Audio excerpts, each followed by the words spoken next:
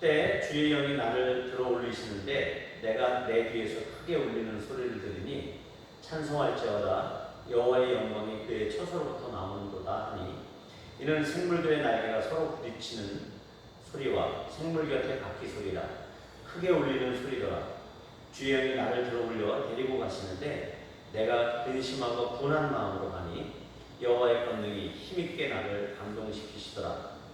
이에 내가 데라비브에 이르러 그 사로잡힌 백성 곧 그발 강가에 거주하는 자들에게 나아가 그 중에서 두려워 떨며 7일을 지내니라. 7일 후에 여호와의 말씀이 내게 임하여 이르시되 인자야 내가 너를 이스라엘 족속의 파수꾼으로 세웠으니 너는 내 입의 말을 듣고 나를 대신하여 그들을 깨우치라. 이렇게 말씀하고 계십니다. 오늘의 본문 그 에스겔에서는 그발 강가에서 에스겔이 왜 나가 있었을까요? 아무래도 기도하러 나갔을 것 같아요. 그래서 기도하던 중에 하나님이 에스겔에게 에스겔이 이제 하나님께로부터 소명을 받는 그 장면이 이제 연장되는 거예요. 이제 데라비비라고 하는 곳으로 하나님의 영께서 그렇게 그발 강가에서 다시 이제 데라비비라고 하는 곳으로 옮기시는 장면이 나오는데요.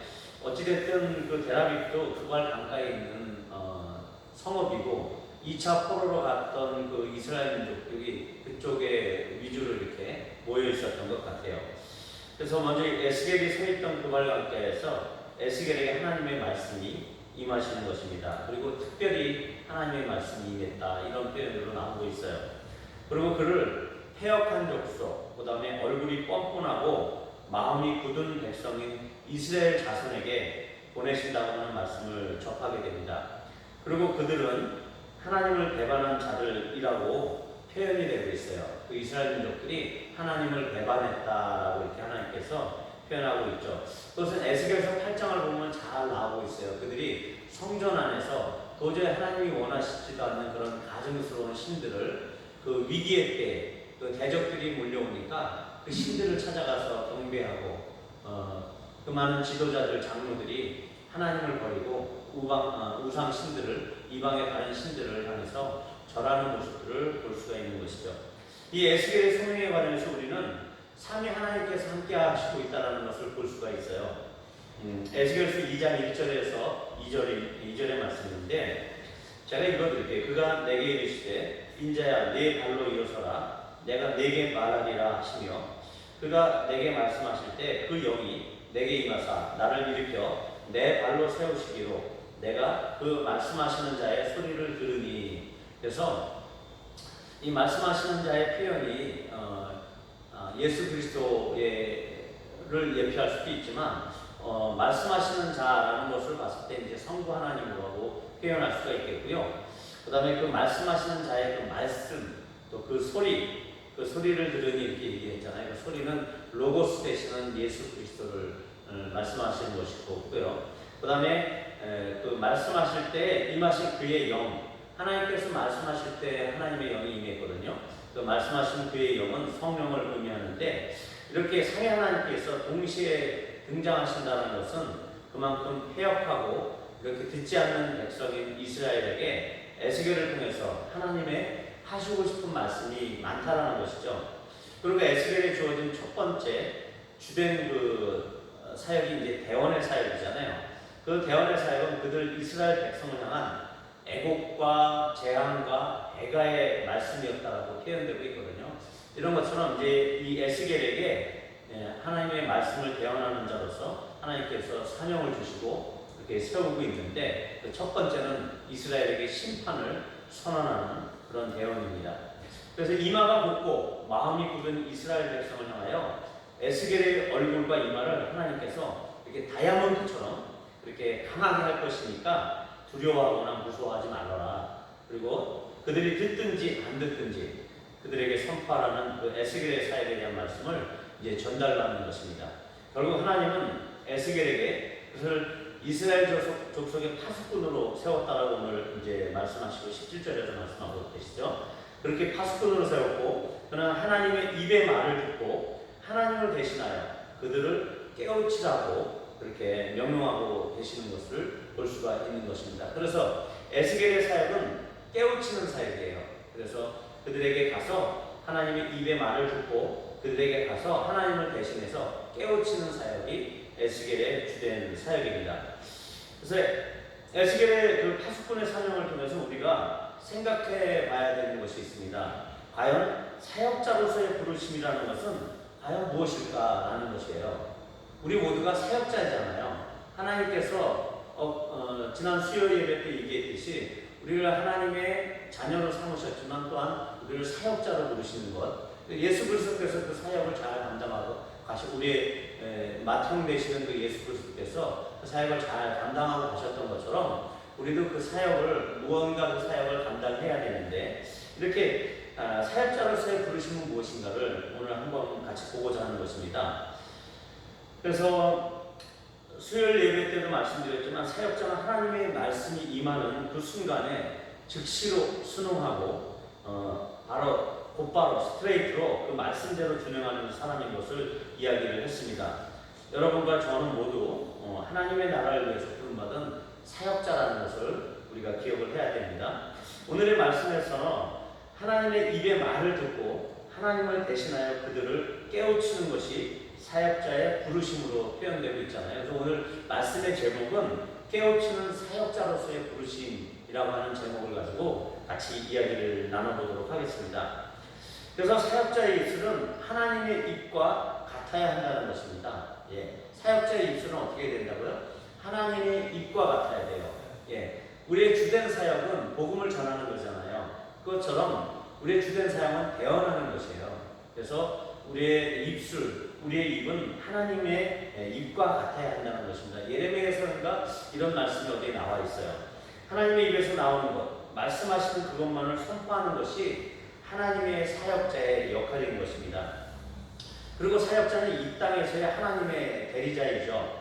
아까 말씀드렸던 것처럼 말씀에 의한 말씀으로 다스리는 통치자입니다. 대리 통치자입니다. 하나님께서 그의 선지자를 통하지 아니하고서는 그가 일을 행함이 없다라고 하는 아모스서의 말씀, 좀 이따가 다시 한번 말씀을 드리겠지만 그런 것처럼 하나님께서는 말씀으로 다스리기를 원하세요. 그래서 그 하나님의 말씀 자체로 이 땅을 다스리게 되시는데 그런 그 역할에 있어서 그 전권 대사와 같은 존재가 바로 우리라는 것이죠. 이 차상에 하나님 대신에 보내져서 그가 선포하는 대로 하나님께서 이루시는 거예요. 우리가 선포하는 대로 하나님께서 이루시겠다고 하는 것이 하나님의 계획입니다.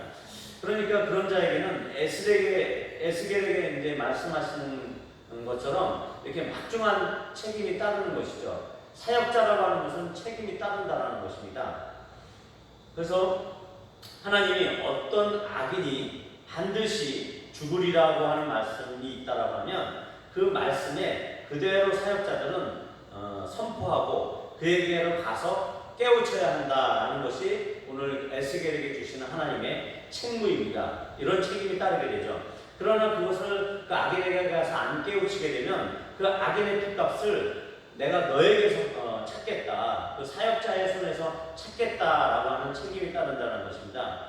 의인이 악을 행할 때, 의로운 사람이 악을 행할 때 그것을 가서 깨우치지 않으면 역시 그의 핏값을 사역자의 손에서 찾는다고 하는 것이 하나님의 엄중한 우리에게 향하신 책무인 것입니다.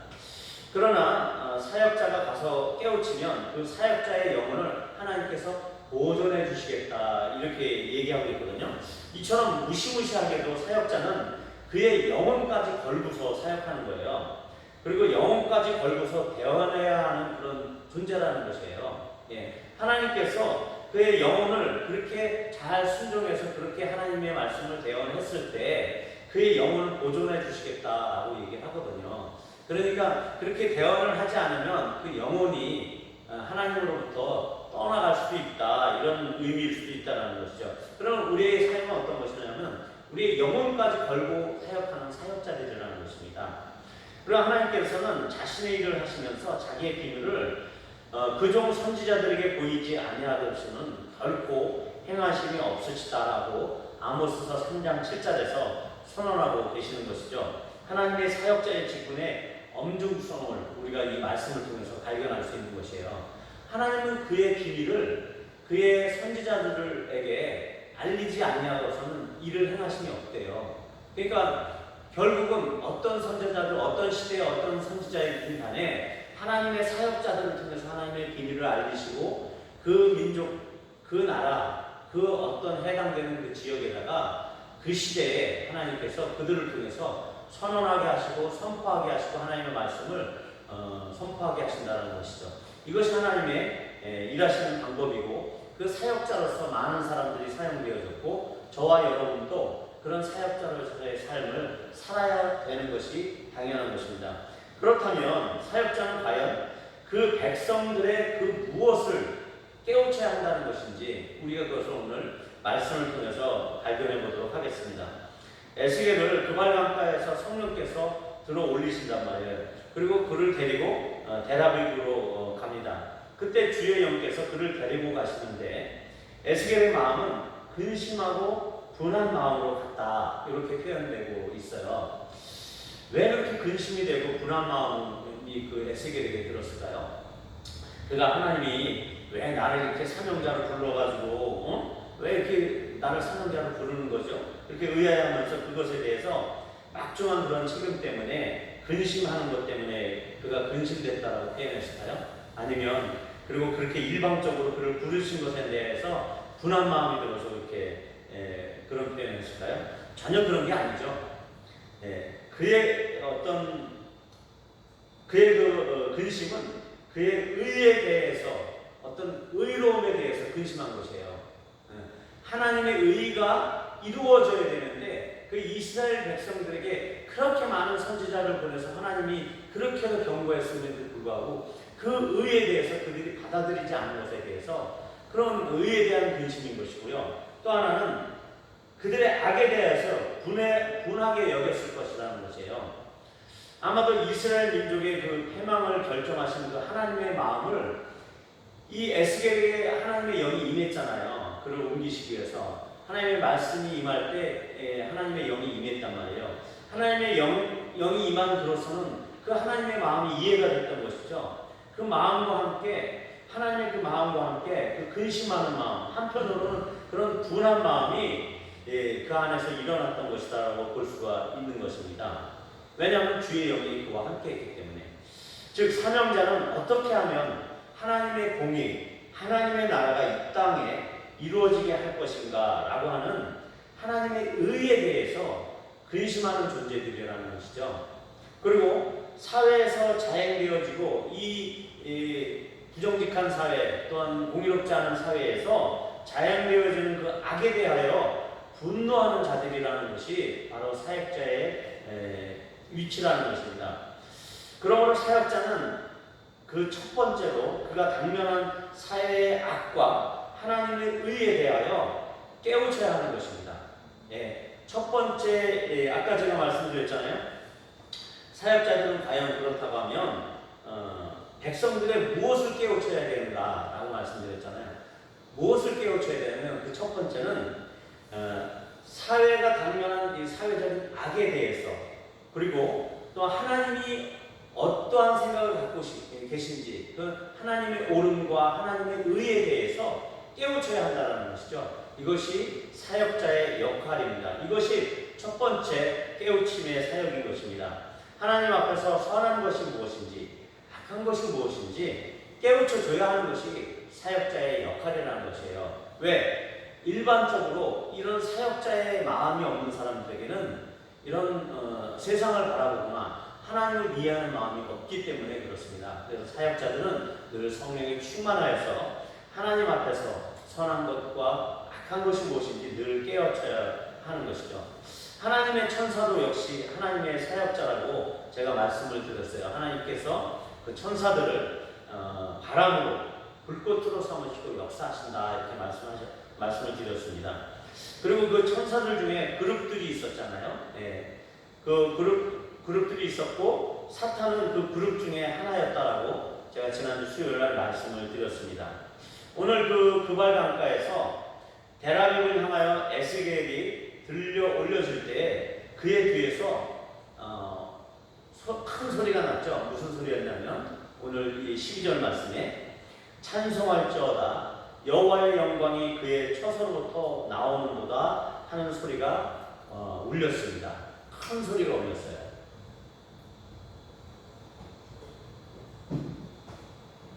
그것은 그룹들의 날개가 서로 부딪히는 소리라고 표현하고 있고, 또한 그룹들 곁에 있는 그 바퀴들의 소리였다라고 이렇게 표현하고 있는데, 그래서 그룹들의 온 존재, 그들이 날갯짓을 하는 것은 움직이는 거잖아요. 바퀴가 굴러간다는 건 하나님의 지시에 따라 스트레이트로 사방으로 움직인다는 그런 의미인데, 그들의 온 존재, 날갯짓을 하고 바퀴에서 울려나는 그런 모든 소리 안에서 하나님의 찬송이 나타났단 말이에요. 찬송할지어다 여호와의 영광이 그의 처소로부터 나오는도다. 이런 큰 소리가 바퀴와 날개 소리 안에서 들려왔단 말이죠. 그렇다고 하는 것은 그들의 온 존재는 그저 여호와를 찬송하는 것으로 조성되어 있다라는 것입니다. 그들의 어떠한 움직임도, 어떠한 액션도 하나님을 높이는 것을 목적으로 하고 있다는 것을 오늘 보여주고 있는 것이에요. 그들의 어떤 액션, 어떤 행동이겠어요? 그들이 할 수 있는 것은 날개짓과 그들의 입에서 찬송과 또한 그들의 바퀴가 움직이는 그런 모든 소리가 오직 여호와를 찬송하고 있어요. 뭐라고 찬송하고 있었죠? 찬송할지어다 여호와의 영광이 그의 처소로부터 나오는도다. 이 그룹들은 여호와의 영광을 따라가는 존재들이거든요. 여호와의 영광이 있는 곳에 그들이 가서 같이 하나님을 보유하고 하나님을 옆에서 수종드는 자들이거든요. 그러면 하나님을 계속적으로 찬송하는 존재들이라는 것이죠. 여기서 에스겔과 그룹들의 사역의 그 교집합처럼 그룹들의 사역이 있고 에스겔의 사역이 있는데, 이렇게 교집합처럼 그런 교집합적인 부분이 보여지고 있다는 것이죠. 그것이 무엇이냐면 에스겔의 사역은 깨우치는 사역이잖아요. 오늘 말씀해 보면. 그런데 그룹들의 사역은, 하늘의 그룹들의 사역의 그 책임은 무엇이냐면 그들이 찬송하는 것이에요. 하나님을 찬송하는 것이고, 그 다음에 하나님의 영광을 따라다니면서 하나님을 수종들고 그렇게 수종드는 사역이거든요. 여기서 우리가 볼 수 있는 것은 바로 사역자는 예배에 대해서 깨우쳐야 한다는 것을 발견하게 된다는 것이에요. 그것이 이 그룹들의 사역과 에스겔의 사역의 교집합을 통해서 우리가 볼 수 있는 하나의 발견이라는 것이죠. 이것이 두 번째 깨우침의 사역이라는 것이에요. 그 얘기는 뭐냐면 예배를 알지 못하는 그 사람들에게 이렇게 그룹의 온전한 목적이 하나님을 찬송하고 하나님의 영광을 따라다니는 것처럼, 하나님의 영광을 사모하고 하나님의 영광이 있는 곳에는 그들이 존재하는 그 존재들처럼, 그래서 에스겔은 그 존재들에 대해서, 그 찬송에 대해서, 그 예배에 대해서 깨우쳐 줘야 되는 것처럼 우리 사역자의 역할도 역시 참 예배에 대한 것을 가르쳐주고 깨우쳐줘야 된다는 것이 우리의 둘째 사역이라는 것입니다. 그래서 이 그룹과 에스겔을 통해서 볼 수 있는 우리의 두 번째 깨우침의 사역이 이런 것이 아닌가 생각이 되는 것입니다. 에스겔은 이스라엘 자손들에게 무엇을 깨우쳐야 하는 것이었습니까? 바로 에스겔서에서 하나님께서 수없이 강조하시는 내가 너희의 여호와임을 알라 라고 하는 이 구절들, 그래서 이것에 대해서 하나님께서 깨우치길 원하시는 것이에요. 너희의 하나님이 누구인지를 좀 제발 좀 알아라. 내가 너희의 여호와임을 알아라. 이것에 대해서 이 에스겔은 깨우쳐야 된다라고 오늘 에스겔서에서 말씀하고 있는 것입니다.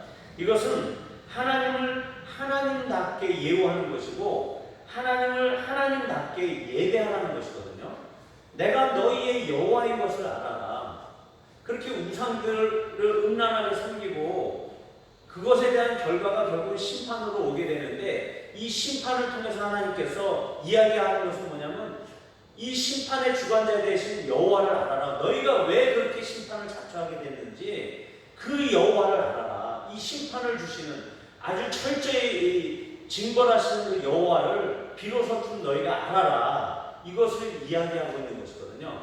그래서 에스겔의 세 번째 사역은 이렇게 내가 여호와임을 알라라고 하는 깨우침에 대해서 백성들에게 가르치는 것이다라는 것이죠.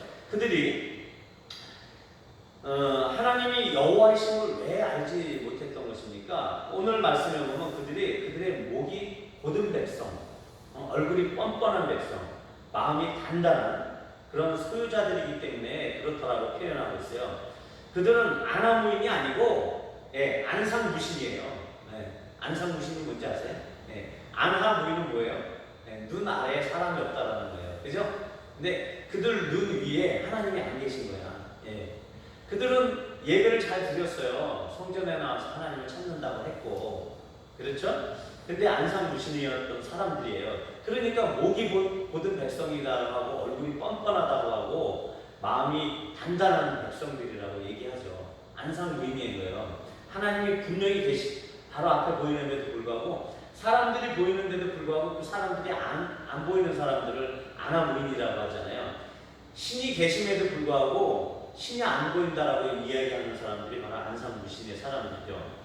그 이스라엘 백성들은 하나님을 모시고 있다고 하면서 그래서 성전은 그럴듯하게 들락거리고 있는 거예요. 막 성전을 예배드리고 기도한다고 그러면서 그저 자신들의 인생의 문제를 해결하기 위해서 하나님께서 자신들의 필요한 것들을 요구하기 위해서 이렇게 성전을 들락날락거린단 말이죠.